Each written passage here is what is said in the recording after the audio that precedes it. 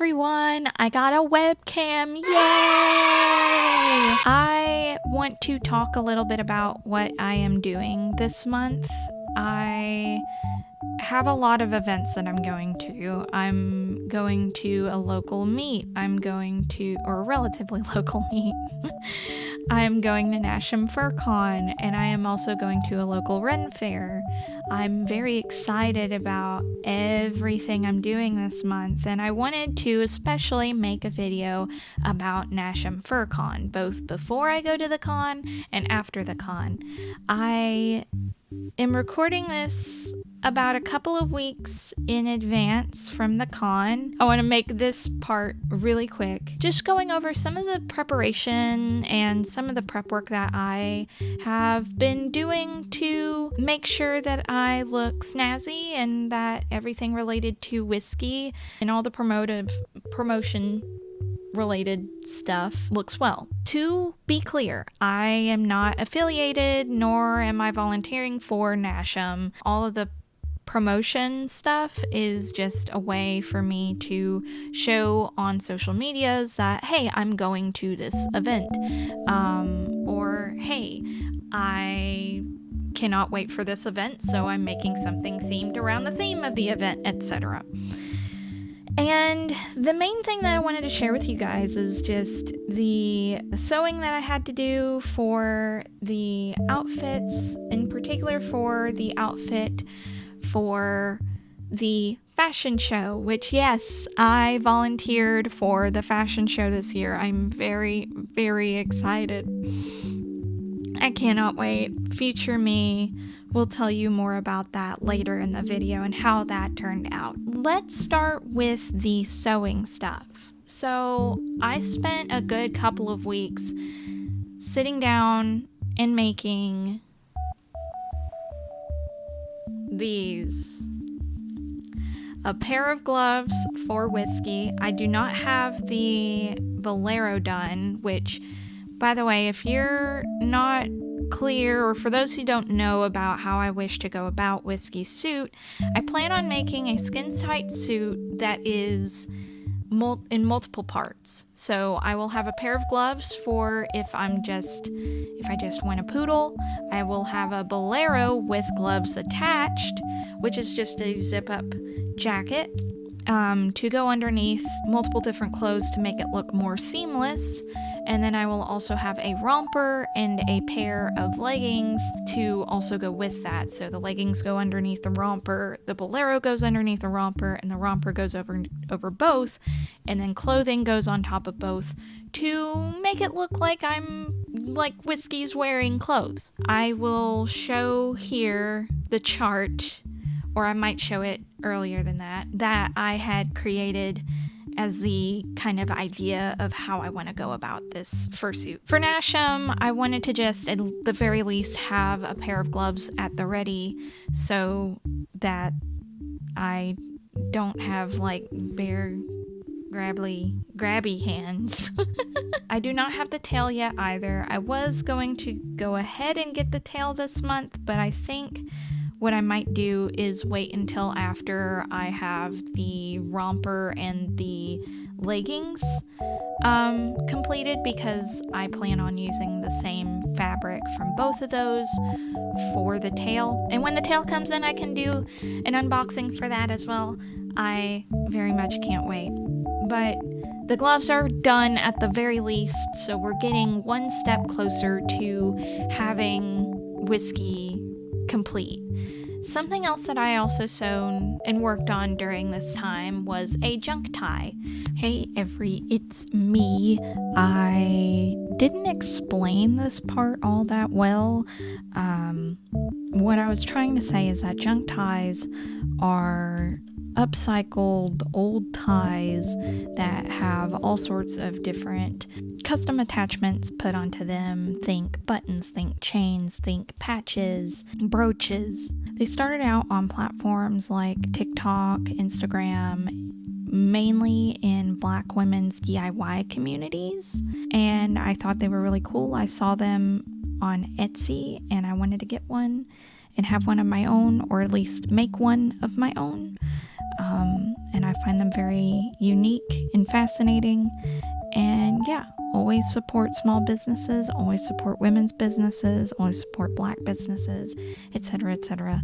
That's what I was trying to say here, but I didn't explain it all that well, so apologies. Back to the video. But I looked at it and I was like, I know how to sew. I know how to put buttons on things. Maybe I could make it myself. It took a long time.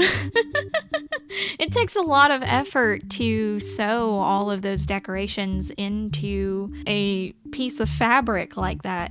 And especially with ties, you don't realize just how structured they are until you're trying to poke a hole multiple times through multiple layers of like not just patch fabric but the fabric of a tie. And on top of that, I wanted to add grommets to my tie, and that also took a long time too. It definitely made me appreciate just the artistry that goes behind the junk ties themselves a whole lot more. And already I appreciated the artistry of them, and I have thought that they are really cool for a while. It just made me more appreciative of just how cool these things are and how we all can upcycle more of our clothes. If you have not seen them before, I highly recommend looking into them, and I highly recommend buying from Black women-owned businesses who make them, or from just local and small businesses in general. Always support your small businesses. It's beautiful, it looks great, and it looks really fantastic paired with the outfit that I am wearing for the fashion show, which is supposed to be very punk, very roku, which roku gairu, that's a subsection or subculture to gairu, subculture, so subculture. And yeah, that's pretty much all to my outfit. I was going to wear a leopard print tank top with it. However, the tank top that I did get did not fit the way I wanted it to. So I had to re-sew that, and that outfit I might wear for some of the 18 plus stuff. Some other things are art. I've made a lot of digital art for Phantom, for Whiskey, and for my buddy Pup, or Sleepy Puppy. It is her birthday this weekend, or not this weekend that I'm filming this, but it is her birthday on the week that Nashum is happening, and that's the reason why we're going to Nashum in the first place.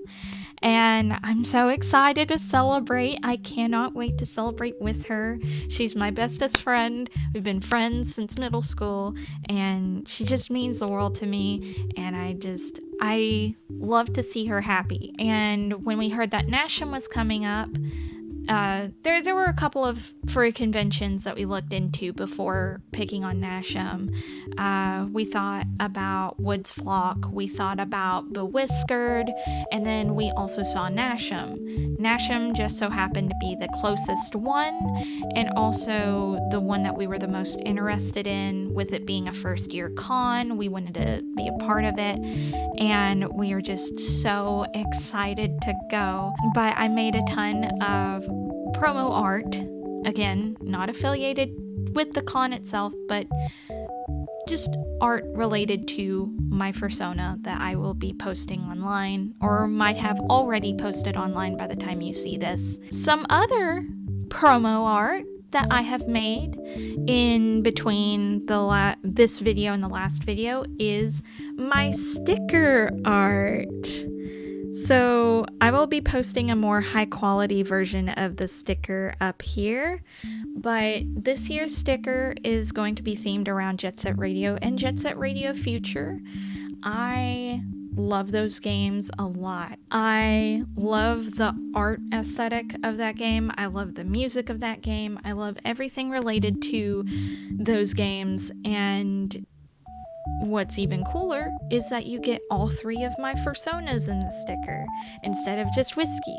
So you get to see Judy and Wonder as well. The sticker art itself is based off of this specific art render from Jet Set Radio Future's soundtrack. Something else that I want to note that I don't know that I have noted is that each year I plan on making a sticker related to my favorite video game. So this year, obviously, Jet Set Radio. Last year was Parappa the Rapper and Jammerlammy. Next year, who knows? I'll figure that out when I get there. And I think that's about it for all of the prep work aside from having to pack up. I'm gonna hand the mic over to Future Whiskey of the future. In fact, wait, before I do, Future Whiskey, before you take the mic, I have a question, and that is, what's your favorite song? Because right now, my favorite song is Peacock Tail from Boards of Canada. And She Won the World from Panic at the Disco. Those are my 2 favorite songs right now. Because I can't just choose one. And I doubt that Future Whiskey can either. So, anyways, please answer my question, Future Whiskey.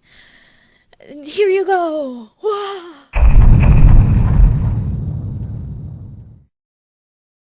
I'm back from the con. Yay! So for starters, I do want to say thank you to the con staff. Thank you to a lot of the people that I had met at the con. Thank you to, obviously, my friends, Caden and Crimson. Thank you especially to Crimson for helping me get some of the footage. And to Caden for tagging along and everything. Obviously, thank you to my husband, Phantom, who helped pay for a lot of the expenses, especially the hotel. And thank you to my best friend, Sleepy Puppy, who her birthday was this weekend. And we had a good time, and it's always super, super fun to spend time with her. So thank you to those people. Oh, and before I forget, favorite song for this instance.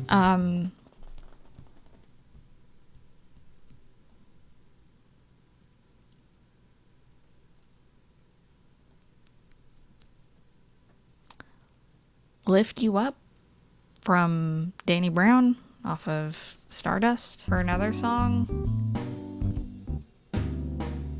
I can't decide, so just everyone comment your favorite song in the comments. Let's get into things. Let's move forward. So I am going to break down my trip into 2 main sections. So the first section that I want to get over, especially right now, is the hotel. I think it's very important for both places to get this feedback, because I did have a few issues this weekend with the hotel. After the hotel, I will be talking about suggestions for Nashum in regards to the hotel. And then after that, I will be talking about my experience with the con itself, and my pros and cons of the con, and all suggestions for that as well. Obviously, I will have everything segmented down below, so if you want to skip ahead for certain parts, feel free to. Let's get it started. The hotel motel Holiday Inn. So we stayed at the Sheraton. The Sheraton is where the con was hosted. It was, at the time, cheaper than some of the other hotels in the area. It also looked the nicest out of the hotels that I had seen in the area. A lot of the reason why I had chosen it was for price and for convenience. I don't like to have to rush to get to things, and a lot of the events I wanted to do or the panels that I wanted to go to involved me having to go in and out of my room constantly. I wanted to be able to have a place to set all my stuff, set my fursuit head down, set everything down so that I can just go back upstairs, grab everything I need, come back down, and so on and so forth. When you entered into the hotel, it has like this really beautiful aesthetic. It's looks very Fraser-Bane. If you don't know what Fraser-Bane is as an aesthetic, or you're not big into aesthetics and things like that, Fraser-Bane is a mixture of the urbane aesthetic and the aesthetic of the show Frasier. Hence the name Fraser-Bane. It's a business aesthetic that you don't quite see anymore, and the overall vibe of the hotel gave off the vibe of like, this is a business hotel. Lovely aesthetic. You don't see Fraser-Bane all that much anymore, but it does read off as this is a place where bigwigs kind of go to stay. It's right there by the airport, which is awesome for people who are coming into Nashville, but it did cause a lot of noise. Overall, very decent hotel. I had some interesting interactions with the staff. At first, the staff were very sweet, and throughout the weekend during the con, there was a handful of staff that would come through who would help replenish water, who would visit, who would talk with the guests and make sure that everyone was having a good time. I believe some of the like higher ups who work for the hotel, maybe managers or something, they had come through as well and would visit with everyone, especially during the fursuit parade. I actually remember a handful of staff coming through to give high fives to everyone in the fursuit parade, which I thought was wonderful, and it warmed my heart a lot. But by the time that we had left, there was a handful of staff that were noticeably put off. I had a pretty weird encounter when I was checking out. It was very strange, but most of the staff, with the exception of one or two, were very friendly and were very attentive. There was even the staff that I had called up on the phone, especially here recently in regards to something that I'll get into, they all were super sweet, super accommodating, and immediately fixed the problem. So I do give the Sheraton a good rep for that. If I were to put them on a star rating, I would give them maybe like a 4 out of 5 stars for their hotel. Let's kind of just get into the pros and cons. The pro is that it's close to the con. Obviously, it is the host hotel, so you don't have to drive all the way out to this hotel. You don't have to worry about drive time each time you go there. You don't have to worry about like having to lug a bunch of things around and not sure where to store them. It does have a very comfortable layout. Everything was very easy to find. It's literally a big square. If you tried to like get from one end to the other, you wouldn't get lost easily. It was very easy to walk around in. Tons of storage inside the rooms itself. You had your chest of drawers, drawer between the beds. You even had like multiple seats, so you had a desk chair, another chair by a desk. You had a whole sofa, and each of these also had outlets and USB outlets as well. It had a closet as well with an ironing board and an iron, as well as a safe. The TV had streaming services, so you could put YouTube on, you could watch Netflix, I believe you could watch Amazon Prime and things like that as well. Our room came with a balcony. I believe all rooms in the Sheraton comes with a balcony. Easy access to all of the pools, so there was an indoor and an outdoor pool, which was great because it was rainy for most of the con, and if anyone wanted to go out and swim, then they could swim at the indoor pool. And both pools I believe had a hot tub. I can't remember if it was just the indoor pool or if it was the outdoor pool as well. The hot tub was very comfortable as well, and there were multiple restrooms everywhere. And I know that this might be TMI, but I have kind of a small bladder, and having a lot of access to restrooms, I don't even have to go across the con trying to find a restroom. I can just leave my panel discreetly, go to the bathroom, and then come back in. Yeah, I appreciate that a lot.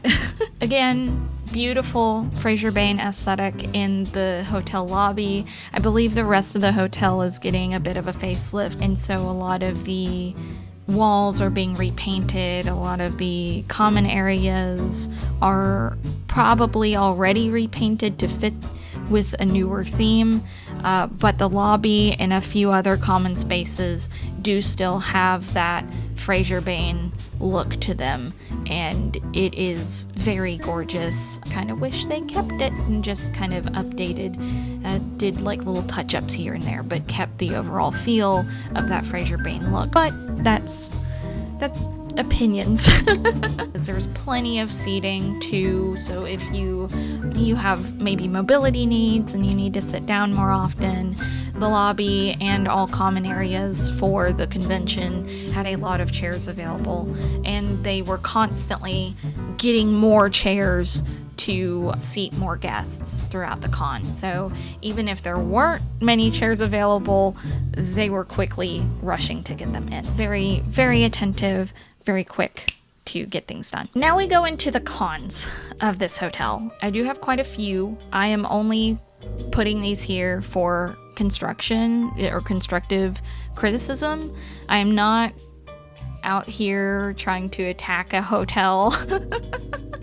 I just have a few suggestions and a few critiques. Again, some guests had different experiences than I did with the hotel, and I also respect that as well. This is just here for constructive critique. I am not trying to bash anyone. I want to make that clear. So one of the main cons was we had to drive out of the con and away from the hotel space to get cheaper food. The food in the hotel was way too expensive and was pretty steeply priced. I get that it's Nashville. I get that it's a big city, it's a major city, so there's going to be kind of an upcharge on a lot of things, but when it came to the food, if you're staying in the hotel and you're having to rely on hotel food, and if you're following like the 621 rule, you would have had to pay like $20-ish, somewhere around $15 to $22 per meal, and that's twice a day. That adds up very quickly, and especially when you're already spending a lot in the dealer's den or in other spaces at the con, it is very expensive. You had to pay for the continental breakfast at the hotel. Unless you were like some level of rewards member for Marriott Bonvoy, who owns the Sheraton, you have to pay around $19 per meal for the continental breakfast, which, to be clear, is something that I have had for free at a majority of the other hotels that I have stayed at in other places. The prices for that same breakfast, for that continental breakfast, are also really hard to find online. In some places it says it's $20, in some places it says it's somewhere close to $25, in other places it says it's less than that. Even for the restaurant that's inside, because there's two, for the bar food, it was also hard to find the menu for that online. You had to practically wait until you got to the hotel to even see what was all on the menu. It is a little further away from the heart of downtown Nashville. That is also somewhere that you would have had to have driven out of your way to get to, which I think for a con of this size, it might be a little bit frustrating for some con attendees. If you wanted to experience some of the more unique dining in downtown Nashville or in Nashville in general, again, you would have had to have driven a little further away. There was also a very unclear incidental fee. It was $100, which some incidental fees are less, some are more. I totally understand it, but it wasn't clear whether or not this was like a deposit. I had later called and they had confirmed that yes, it is just a deposit, and if there's no problems in your room, then it gets refunded within 5 to 7 days. So if you are staying there, there is an incidental fee. One of the people that I had gone to at the reception desk, they were very sweet and knowledgeable when we went there the first couple of days, but by the checkout process, they were very short, and I don't put a lot of that against them because I know that during cons and during different events and stuff, it can be exhausting dealing with people all day, and it can be very exhausting dealing with harder to deal with guests. At the same time, it was very jarring when, this entire time I had no issues, and then all of a sudden the mood changes, and it was very strange. I left the Sheraton feeling a little bit uneasy. Also resolved after calling and contacting about different questions and concerns that I had leaving the Sheraton. So I do want to mention that a couple of these cons have already been resolved. So the two biggest cons that I feel a lot of people had about the Sheraton, something that I had talked about with other folks who were attending the con, and something that I had talked about with amongst my party, was the parking and the elevator that's in the lobby. The parking situation. If you were not staying at the Sheraton, you had to walk up a hill in order to get to the hotel. You could not park in the hotel parking lot. And this is a little bit inconvenient and fairly inaccessible for a lot of attendees. Though I do understand that there are a lot of reasons why they did this. They wanted to focus on hotel guests staying at the Sheraton first, and then con folks second. Obviously, that's the Sheraton's parking space, but that is an issue. It was also an issue with the car meet as well, which you had to walk a ways to get to. It, again, fairly inaccessible and fairly inconvenient for a lot of the guests of the con. And then the second major con was the gold elevator in the lobby. Now, I do believe that this is getting refurbished just from context clues. There was a couple of construction walls around the second elevator in the lobby right next to it, and I think they are refurbishing or fixing and maintaining that elevator. But the one that they did have that was operative was really quick. Every time it would open the doors, it would quickly close them. And at some point, while I was trying to help my husband get our luggage onto the elevator, it hit me in the arm before it decided, I need to reopen.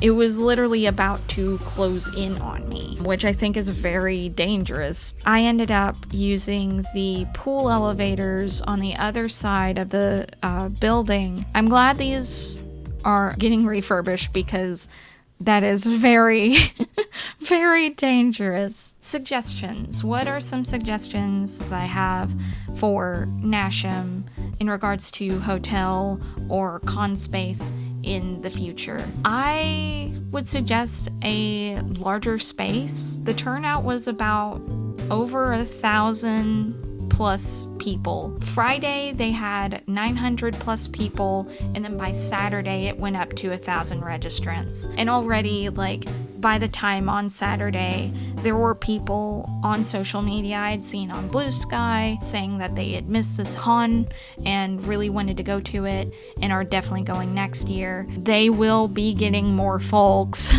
next year, and I don't know that space would be big enough to accommodate all of those people. I would also maybe recommend booking the con in a hotel closer to the downtown Nashville area.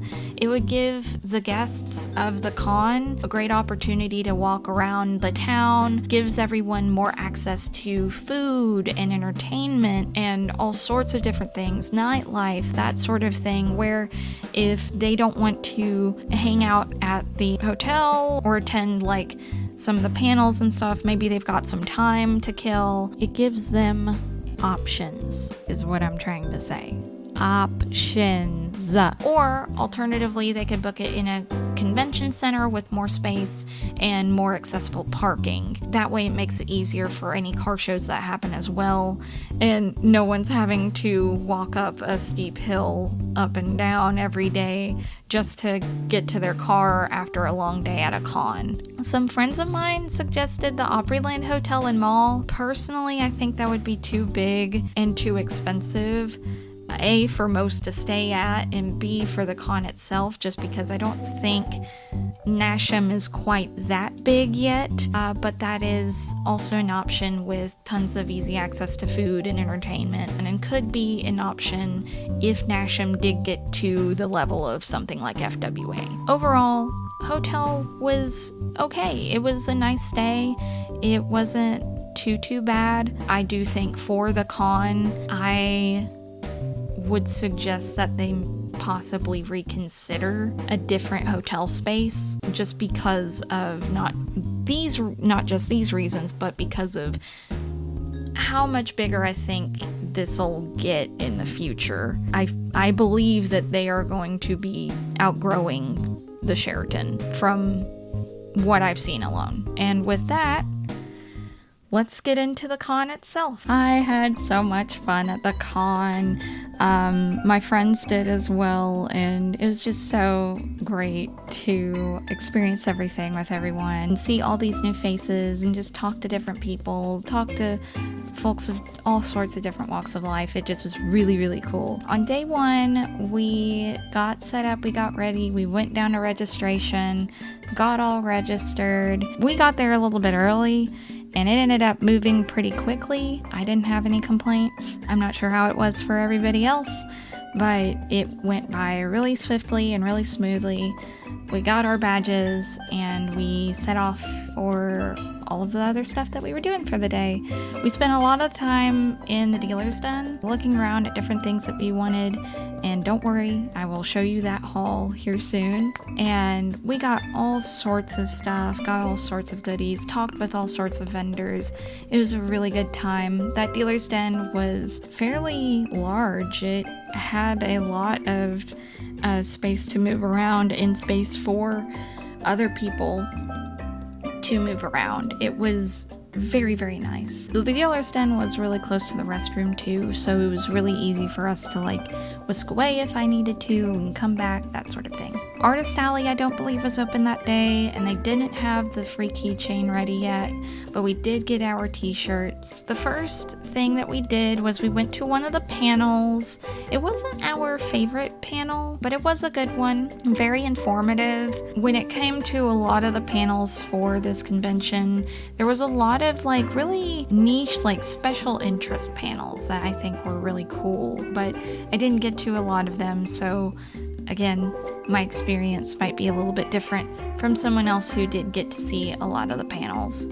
I did make it to opening ceremonies at some point, and I got to sit down with 2 of the staff members from the Southern Paws, which, again, as I've stated before in one of my other furry videos, if you have not joined them yet, please join the Southern Paws. It is a 16 plus safe for work Discord server. I'm in there. I have a lot of fun in there. There's a lot of different events that we hold and a lot of different things that we do on there, and it's a fairly active server as well, so I highly recommend joining. But I was there with Nero and Caden of the Southern Paws for opening ceremonies, and that was lovely. There was actually a really big turnout for opening ceremonies, which was very surprising because it doesn't normally happen for a lot of different cons. We were scheduled to go to Paw Star Playhouse, but we ended up skipping out on it this time. Me and my party started getting hungry, so they went out to go grab some food, and I went upstairs to relax and change into my swimming gear, and I went swimming with Caden, and it was really nice. We got to go into the hot tub, and the hot tub was really warm. Got to meet someone new and talk with them for a while. Very, very nice experience. And then to cap off that night, we celebrated at the Pleistocene dance party at the very end during the after dark portion of the night. We danced around, we watched a bit of the show and the performance, and we did explore the After Dark market a little bit as well, though I will say it was a little bit of a small space, and we will get to that when we start going over pros and cons. For Saturday, we were a little bit busier. We had trinket trade, there was the fursuit parade, there was a plush camp, just a lot going on Saturday. Saturday was the big ticket day. We immediately went downstairs. I went back into the dealer's den to get the last of what I wanted out of there, explored around the con space some more, talked with some more people, met a lot more lovely folks. Eventually, me and my best friend went to the trinket trade panel. I believe my husband went off to the D&D, the Improv Dungeons and Dragons panel. He's really big into Dungeons and Dragons, and so he wanted to go and see it. I did get a bunch of trinkets, and I will show those off as well. One of them is also a gift for one of my friends, so I'll get to show that off as well. And then the fursuit parade. Oh my gosh.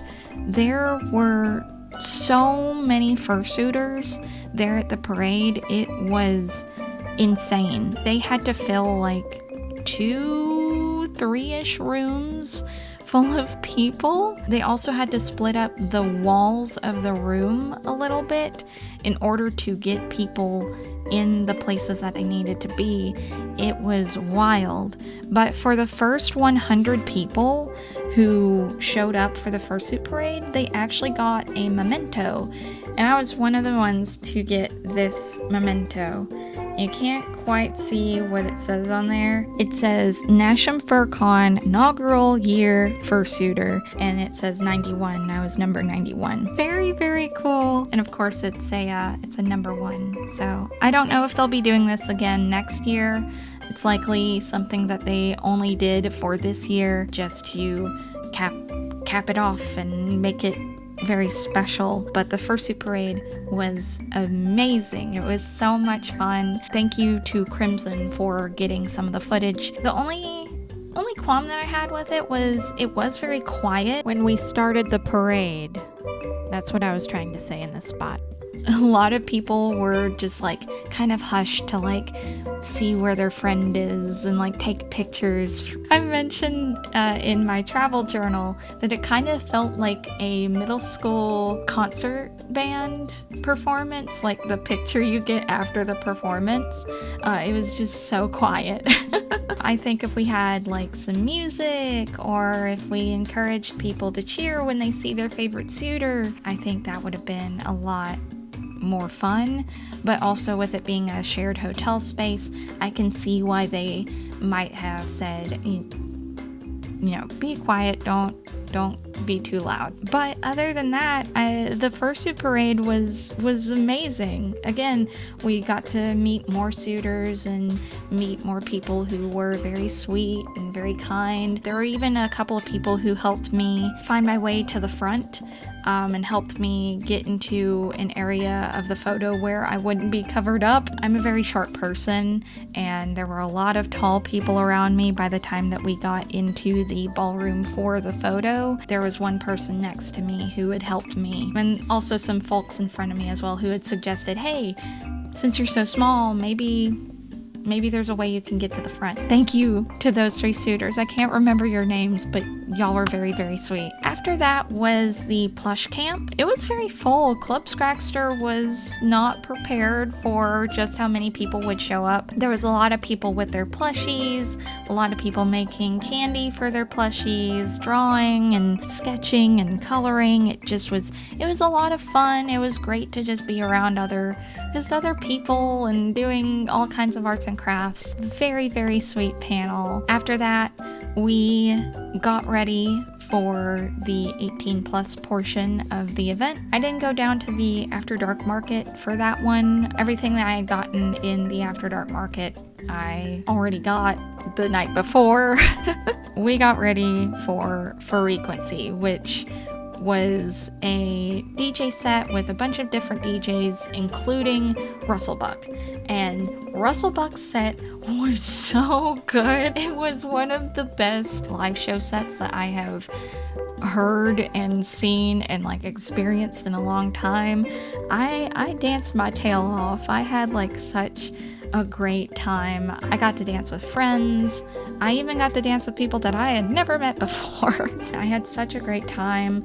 And before Russell Buck went on, I had a fun time just sitting, talking with friends, to the photo booth and did the photo op experience, and that was also very amazing. It just was a really good time. I had a good time. Day 3 We didn't do a lot for day 3. There was a handful of things that we were going to do that morning that ended up having to get pushed aside for checking out for the hotel. We went to Waffle House and then went home. But before Waffle House, I did do the fashion show.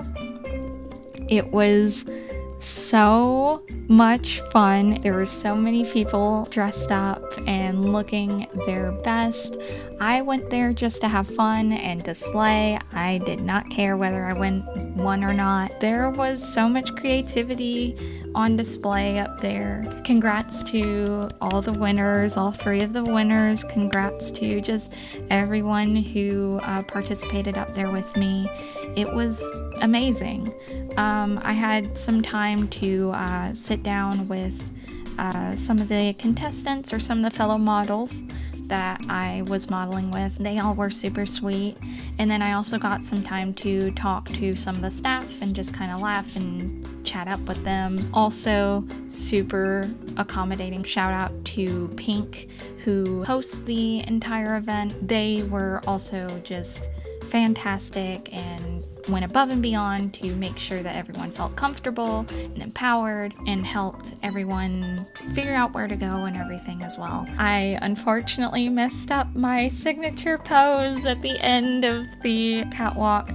I lost balance on one leg and ended up having to like put it down really quick, and I'm sure that docked me some points, but alas, c'est la vie.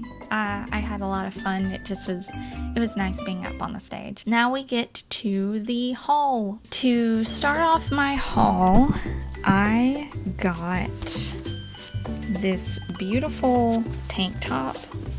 It's like UV reactive from Dead Bomb Art. I've been wanting this tank top for a little while. I've seen it online, I've seen it on their website, and it's just so cute.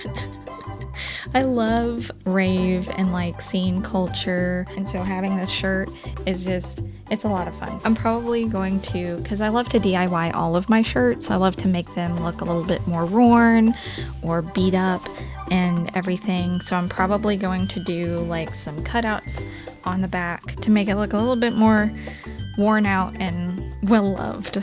For the con itself, if you pre-registered for the con before registration closed and then reopened, you did get a free con shirt and a free keychain. And the con shirt for this year was this. It's adorable. The little possum and everything on it. It's just so cute. So cute! Now that we've got the big things out of the way, let's get in some of the smaller things. So, again, if you pre-registered, they gave you a free keychain. This was a keychain that I got, which has my favorite mascot. They're like jackalope bunny mascot, or I'm assuming. Very, very nice. Very, very nice. At the dealer's den, I did get something from Club Scragster. I got this little notepad with all these little crayons on it. I've been needing another notepad, so this will get some use. I got this beautiful rarity like metal bookmark from Crushes CC. The reason why I got a lot of this stuff too from these different studios is because there was actually a stamp rally. If you spend $5 at each of the participating vendors, you'll receive a stamp, and then you can collect all 8 stamps to win a prize. And the prize was a bunch of stickers, but we'll get through our stickers here in a second. There was like a chance to be in a raffle if you were a part of the first 25 or so. The stamp rally was really popular. Then I also got this fursuit spray from Zoloco's booth. I believe it's called Lanikai Gardens. It's kind of alcohol heavy on the front end, but afterwards it has kind of like a rosy smell to it. Just a very clean smell. I did get a new set of dice. For whatever reason, I still had like a bag of dice in my bag from the last time I played Dungeons and Dragons recently. I ended up trading it for a different set of dice that actually look a lot cooler than the set that I had. This is the little Pochacco figure I'd gotten in a trade at the trinket trade. He has like some little beads in him and he shakes around. I didn't know that until I kept hearing like, I'm giving this to my friend Eternal Reverie because they really like Pachaco. One of my favorite interactions I had at the convention was during the trinket trade. There was somebody who had this Yoshi keychain and I really liked it, but the only thing that I had left was a Freddy Fazbear themed candy bracelet that I had made for Halloween Horror Nights that nobody wanted. I said, hey, I really like that Yoshi keychain. They said, thank you. Would you be willing to trade it for anything? Do you have anything to trade? I said, the only thing I've got is this Freddy Fazbear bracelet. And we both looked at each other and kind of smiled and then just like traded. And that I think is everything from like the trinket trade, or most of the things from the trinket trade and from the dealer's den outside of stickers and candy. I got this light up badge from the AD market. I didn't get anything else from the AD market. Oh yeah, buttons. Button. Who's got the button? I did get a few buttons. I got a Skulldog button for my husband, a Rarity button, and a Twilight button, because Rarity and Twilight are my favorite ponies from My Little Pony. I think I already mentioned that. And I got this little pumpkin cat, and he's so cute. There was a couple of like other Halloween themed furry items that I wanted to get, but I didn't. And I do kind of regret that, but there's always next year. These are all from Trinket Trade. This one says Zoomies, and it's got these like fuzzy little paws on the front. This one says Very Sweet. Very sweet. This one actually glows in the dark, and it's really cool. I wasn't expecting these to glow in the dark until I went to the rave. I was looking at my wrist and I was like, oh, I'm glowing. These are from Bat Stitch Insane. One of the folks running the booth did little candy creations. These are for Whiskey's horns. They're little horn candy. They're super cute. They look so cute in photos. They look so good on her. I love these so much. I'm so glad I got these. Oh, the buttons were from Kodiak Studios. These next two are from Glitter Critter. And it is this bracelet that's Alice in Wonderland themed. And then I also got this. It is so cute. I love Kuromi. She's my favorite. And it's like kind of stretchy. Really solid necklace. I love it. And then the last set of candy was for my Build-A-Bear plush of Mothman, and this was made during the plush camp, and that's his little bracelet that I made him. And now we get into stickers. The main set is this one of the Gorillas characters, as well as this one of Batboy, which is the Sona for the vendor Robot Space Jelly. And I really like their Sona. I could not pass up on those. They also had a keychain for the Gorillas one, and I thought about getting that for a while, but I ended up just getting the sticker because I think it would look cool on my cooler. I think I only got two from the Trinket Trade, and it's this one of Kuromi that I really like, and then this one of a little bird. I like it because he's round. And then the rest of these are pretty much like Persona stickers that I had found or were given. This one was given to me by someone in the Southern Paws, Lost Loser 101. We kept missing each other through most of the con, but we did get to see each other during the Trinket Trade, and we're able to trade stickers, so I do have that. So thank you. By the way, if you are the owner of any of these Sonas or anything, please let me know so I can have a massive comment with all of your names to each of the Sonas. That way y'all at least have credit for the stickers that I did get. I also got these of this one, and I got this one I feel like this is like a trading card game. I really like the look on the face of this one. You can't see it, but they're really like... This one was super cute too, oh my god.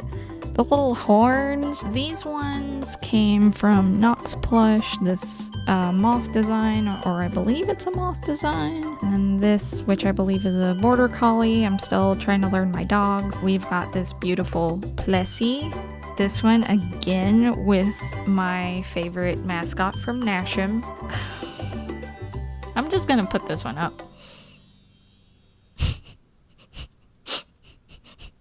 It makes me laugh every time I look at it. Mother frickin' tree stars. There's also this one with a little doggy, like doggy rabbit, flying really high in the sky. And I love this one. So shaped, so angry. I believe this one was for somebody else's Sona. I love the way that it looks too. Very well stylized, very silly. This one says I tooted. This one is just really cute. It's got some dinosaurs celebrating what looks like a little birthday party. There were a ton of stickers for Memphers. I did get one myself. I also got the first sticker for my friend Kaden of their Sona Aussie. There's another one of that blonde-haired Sona biting your arm. Or biting my arm. And then this one I actually found early in the con. These were like kind of stashed around everywhere.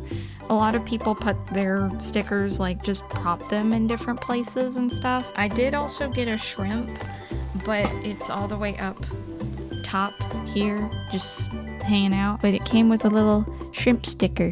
And it's very cute. That is my haul. I'm very happy with everything that I got. I'm especially happy with all the stickers. I love collecting these things. So let's dive into the pros and cons. First things first, amazing staff. All of the volunteers, all of the staff, they were super helpful and kind. I had an absolute blast at this con, and a lot of that is due in part to the hard work of all the staff. So thank you all so very much for putting this together, for working together, for everything that y'all have done, because this was a really amazing con. I want to put that out there. Dealer's Den was super clean, set up super well, very nice big space. There wasn't a bunch of like AI or 3D printed slop out there. There was just a lot of really solid merch. The space was big enough for everyone to get around in and move around in pretty nicely. There was no bottlenecks, no areas where people were just taking up space or anything. Everyone was able to move through that area very smoothly. After Dark had a lot of wonderful entertainment and nightlife experiences, plenty of panels in general to go to, a lot of great ones, plenty of people to meet and talk with, very diverse atmosphere. I think a lot of the guests that had come here have been waiting a long time for a Tennessee-based convention. It was just really great to see another convention, and I think a lot of other people have the same feelings about that. Layout was also very easy to remember and navigate. The map was a little bit confusing for me to understand until we got there, and then once we got there, reading the map and reading where everything was, it was a whole lot easier. Tons of posters with reminders to hydrate and to follow 621, which, if you don't know the 621 rule, it's 6 hours of sleep, 2 meals a day, 1 shower a day. It is a very simple rule to follow. Tons of water stations were placed everywhere. You have 2 water stations in the main ballroom. You had a water station by like the cafeteria, what I call the cafeteria area, which had the con shop and some of the panel areas. And you even had water in some of the panel rooms too.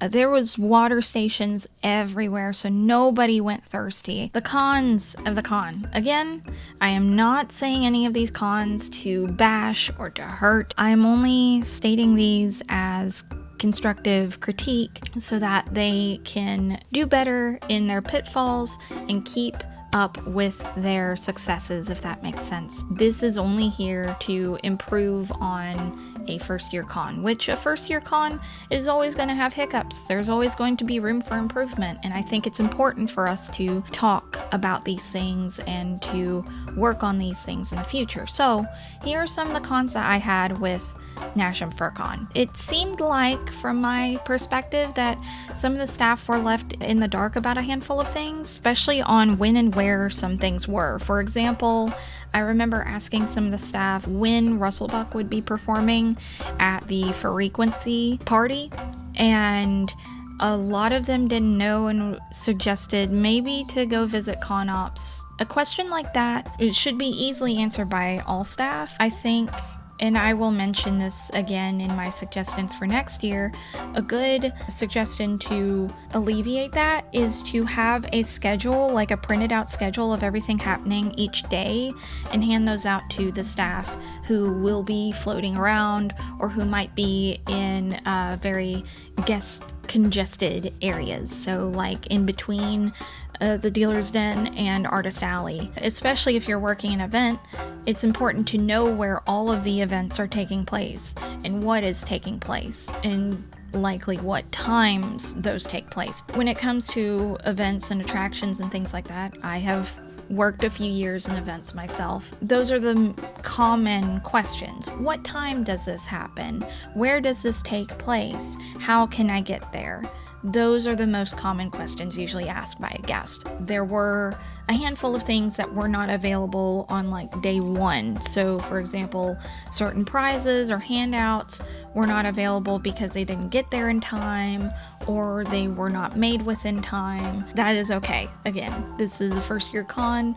Hiccups are bound to happen. I really do not know how anyone would be prepared as a first year con for all the people showing up. Especially if you get successful like that. There were a few controversial or problematic guests that had showed up, but again, with it being a first year con, it's kind of expected for things to not be as tight, and then you tighten up over years. I assume and hope that in the future they have like a little bit tighter background checks and so on to just make sure that folks are safe and that they create a safe space for everybody. The lines for the After Dark Market and the Artist Alley were long, and both spaces were very small. Now over time they did get a lot shorter, so they were long right when they opened and then they got shorter over time, which is great. It does still remain that the spaces were extremely small. If over time this con is going to grow, they're going to need bigger spaces for these sorts of markets. They won't need very big spaces, but certainly a lot bigger than what they had. It was very cramped to walk through, especially the After Dark Market. It was kind of set up like a little hallway. That, I believe, needs to be put into a different space of the con. Sign-ups for panels and events were not very clear. I personally was left in the dark on if I had made it into one of the panels until the night before that panel was supposed to start. Both of those definitely need to be improved, and I will get into my suggestions on that here shortly. Also, there was one time where I had emailed out some questions, and the response that I got back was very short and curt. I think that also is behavior that needs to be worked on and improved on. And when I had sent out another email in regards to if I could film or not, I didn't get anything back until the day of the con, when I did see staff and asked them if I could film, and I had gotten my answer at the con. That, I do believe, is something that needs to be improved. But both of these are smaller things. These are more nitpicks than they are broader problems, and I don't think that they are indicative of like, oh, if it's like a failure or not. Overall, I think this convention was a smash hit. It was amazing, especially for the value of the con. $75 for all 3 days is an absolute steal for that size con. But we should go into suggestions. Here are my suggestions to to the Nashum team. I am not sure if y'all will be watching this. I sure hope y'all do. I would love to see more entertainment panels, like maybe a show or two with participants and prizes. Things like the Paul Star Playhouse, which I didn't get to participate in it, and I wish I did. And I think something like that would be a whole lot of fun. The fashion show was great. Again, more live entertainment, different bands and stuff, different performers. Heck, even if you had like a stage show where a few folks in fursuit and costume get to reenact some kind of play, that would be amazing. Signups for participating in larger panels should be held on the main website and not on the card page. I know that a lot of people were kind of confused on how to sign up for certain things or how to look up certain things. There were some things that were listed clearly on the website and some things listed on the card. And there were a lot of people who didn't even know that the card for Nashum existed. So I think if in the future, if there are any other signups for different events and stuff, similar to like the fashion show and everything, that should be listed on the main website, maybe under events, and have like signups. Another suggestion or tweak would be to have con operations and registration be closer to the front of the convention, just in case for emergencies, like if someone loses a badge, they can get it handled without an issue, and they don't have to like go through the entire con just to get to registration or get to con operatives in order to get something fixed. I had already mentioned this, but to let floaters and other non-con op staff know about when and what's going on panel and schedule wise. Again, print out schedules with a small synopsis and where and what it is and when certain things are happening and stuff. More thorough background checks. I have already mentioned that as well. Bigger space for After Dark Market and Artist Alley. And one of my biggest suggestions, again, the con was amazing. Didn't have a lot of decoration going on, but that's okay. Again, it's a first year con. There was a lot that they were unprepared for, and I'm just glad that we were able to have this convention in the first place. More decoration and theming around the event. I think having like cardboard cutouts, like little photo opportunities outside of the photo booth area would be great. So cardboard cutouts, table covers themed around the event. You could have balloons and banners, themed sticker wall pages. So instead of just having like the sticker me, you could have like a whole page, like a whole spread, like a big scene where people can put their sonas within the scene and everything. I think that would be really cool. Better and quicker responses to emails when asked about the con. This was something that, again, I had heard from other guests as well. I think that also needs to be improved on as well. Those are all of the pros and cons, all the suggestions that I had. Again, in terms of the hotel, I do think booking it closer to downtown Nashville so that you've got more walkability, more things to do, more things to see, just in case, you know, for the people who don't want to go to all the panels, or for the people who want to go to like a handful of specific panels and then explore the town and stuff. I think that would be great, and it's still a wonderful opportunity for tourism in Nashville. Overall, this convention has been wonderful. I've had such a blast with all of the people that I've met. I've had such a blast just hanging out and being in that space, and I have a lot of love in my heart for this convention, and I've got a lot of hope for next year as well. Again, staff, if you are watching this, thank you all so much for making such a wonderful convention, and I cannot wait for next year. I really hope to be there next year, so we'll see you then. If anyone else who's not a part of the staff team who is watching, did you go to Nashum? What was your thoughts on the convention? How did you like it? What was your favorite panel or your favorite event that you went to? I'm just over the moon that I got to have this experience, and I am so thrilled to have gone there. So thank you all so much for putting on this wonderful con, and I hope for many more years of this wonderful convention in the future. Thanks for watching!